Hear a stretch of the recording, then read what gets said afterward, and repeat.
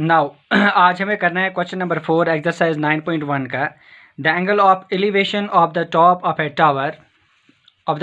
Tower from a point on the ground while which is 30 metre away from the foot of the tower is 30 degree. Find the height of the tower. देखो बेटा, इस question में हमें क्या करना है कि ये हमारे पास एक टावर है, हमने इसको एक टावर मान के लिया बेटा।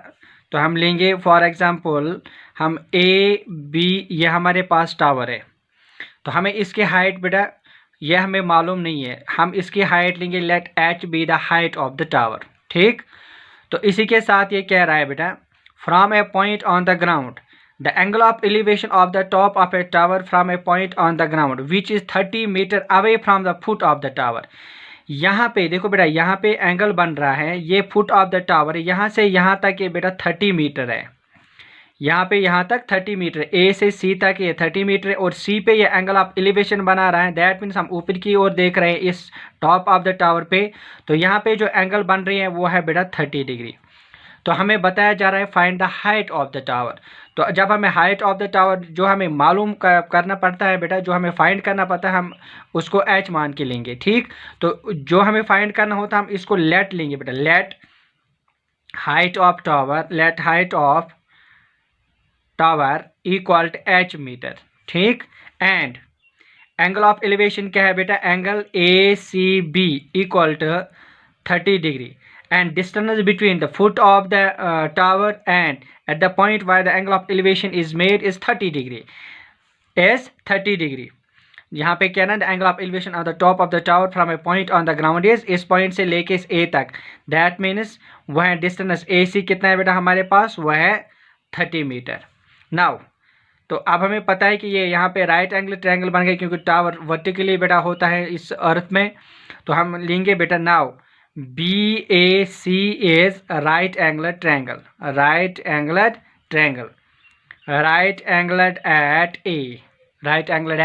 A। तो यहाँ पे क्या हो रहा है बेटा, एंगल ऑफ एलिवेशन है 30 डिग्री। अब आपको देखना है कि कौन कौन सा साइड यहाँ पे इन्वॉल्व हो रहा है। एक यहाँ पे आपका इन्वॉल्व हो रहा है बेटा परपेंडिकुलर, और एक यहाँ पे आपका हो रहा है इन्वॉल्व बेस। तो अब आपको पता है कि हमारे किस ट्राइगोनोमेट्री रेशियो में परपेंडिकुलर और बेस इन्वॉल्व हो रहा है, वो है बेटा हमारे पास 10। तो यहाँ पे एंगल बेटा 30 डिग्री है, तो एंगल ऑफ एलिवेशन 30 डिग्री है, तो लिखेंगे tan 30 डिग्री। tan होता है बेटा टू प्रेजेंट ब्यूटी परपेंडिकुलर बाय बेस। तो परपेंडिकुलर हमारे पास ए बी और बेस है हमारे पास बेटा ए सी। क्लियर, तो tan 30 डिग्री है बेटा हमारे पास होता है 1 divide by square root of 3। तो ए बी है बेटा हमारे पास एच मीटर, वो लिया है हमने एज्यूम, और ए से हमारे पास 30। तो क्रॉस मल्टीप्लाई करो बेटा, 30 divided by square root of 3, 30 divided by square root of 3 equal to h. ठीक, तो ये बन जाएगा हमारे पास h equal to 30 divided by square root of 3। देखो बेटा नीचे हमारे पास इरेशनल नंबर, तो इसको रेशनलाइज करेंगे, स्क्वायर रूट ऑफ 3 ऊपर और स्क्वायर रूट ऑफ 3 नीचे भी करेंगे रेशनलाइज।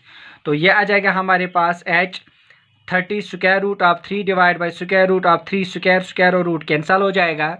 तो एच आएगा हमारे पास 30 square root of 3 divided by 3, 3 1 हज़ार 3 10 हज़ार, तो एच आएगा हमारे पास 10 स्क्वायर रूट ऑफ 3 मीटर। तो हम कहेंगे बेटा height of the tower, the height of tower is 10 square root of 3 metre. तो ये होगा बेटा हमारे पास आंसर। नाउ अब हमारे पास है क्वेश्चन नंबर 5। क्वेश्चन नंबर 5 हमें कह रहा है कि a kite is flying at a height of 60 metre. एक काइट है बेटा, यहाँ पे हम काइट लेंगे, यहाँ पे काइट है, ये ए ग्राउंड से ए बी, ये ए ग्राउंड है, तो ये बी है बेटा हाइट ऑफ द काइट। ठीक है, ये 60 मीटर है ग्राउंड से। जब ऊपर हम देखेंगे तो इसके हाइट अब जब मेजर करेंगे तो ये 60 मीटर है बेटा अबव द ग्राउंड। तो इसके साथ जो जिस धागे से हम इसको, ये है बेटा हमारे पास ग्राउंड, तो यहाँ पे ये पॉइंट है, यहाँ से ये धागा हमने इसको टाई, यहाँ पे इसको this string, the string attach to the kite, ये है बेटा, इससे यहाँ पे ये टाइट है बेटा यहाँ पे इस पॉइंट से। ठीक है बेटा, A kite is flying at a height of 60 meters above the ground. The string attached to a kite is temporarily tied to a point on the ground. The inclination, जो यहाँ पे inclination बन रहा है, एंगल बन रहा है, वो है बेटा 60 डिग्री। ठीक है, तो हमें बताया जा रहा है find the length of the string. जो यहाँ पे ये दाग है, हमें इसका क्या करना है बेटा, हमें लेंथ ऑफ द स्ट्रिंग बताना है। तो लेंथ जब हमें पता नहीं है तो हम लेंगे एल हम लेंगे लेंथ ऑफ द स्ट्रिंग। तो जो हमें फाइंड करना होता है, पहले हम वही लेते हैं, let length of string equal to L metre. ठीक है, तो हाइट ऑफ काइट कितना है बेटा, हाइट ऑफ काइट है हमारे पास 60 मीटर, वह है बेटा हमारे पास ए बी, और शाबाश, इसको हम यहाँ पे सी लेंगे, और एंगल ऑफ एलिवेशन है बेटा ए सी बी है, वो है 60 डिग्री।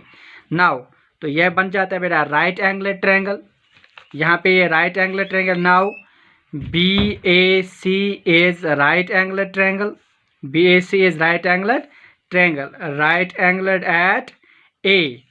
तो यहाँ पे अब आपको देखना है कि कौन कौन सा साइड इन्वॉल्व हो रहा है। एक तो यहाँ पे हाइपोटेन्यूज हो रहा है और एक यहाँ पे परपेंडिकुलर होता है। तो यहाँ पे जब ये दो इन्वॉल्व हो रहे हैं तो हम कौन सा ट्राइगोनोमेट्रिक रेशियो लेंगे वो आपको देखना होगा। तो हमें पता है कि यहाँ पे सम पीपल है परपेंडिकुलर और हाइपोटेन्यूज, ये साइन में आता है तो हम लेंगे साइन। तो एंगल कितना है बेटा, वो है 60 डिग्री। सम पीपल है परपेंडिकुलर बाय हाइपोटेन्यूज, परपेंडिकुलर बेटा हमारे पास ए बी और हाइपोटेन्यूज है हमारे पास बी सी। तो ए बी है हमारे पास 60 और बी सी है हमारे पास बेटा एल। तो साइन 60 डिग्री किसके बराबर होता है, साइन 60 डिग्री होता है बेटा square root of 3 divided by 2 के बराबर। तो ये है 60 और ये है बेटा एल, इनको क्रॉस मल्टीप्लाई करो, एल यहाँ पे आएगा, ये 2 यहाँ पे, तो 120 बन जाएगा। ये स्क्वायर रूट 3 और ये नीचे आ जाएगा स्क्वायर रूट ऑफ 3। तो जो यहाँ पे इरेशनल नंबर बन गया तो इसको रेशनलाइज करो ऊपर और नीचे। ठीक है, तो ये बन जाएगा आपके पास L is equal to 120 square root of 3 divide by square root of 3 square root cancel. तो L आ जाएगा हमारे पास 120 square root of 3 divided by 3, 1,000, 3 4,000, 3 0,000। तो L आएगा बेटा हमारे पास 40 स्क्वायर रूट ऑफ 3 मीटर।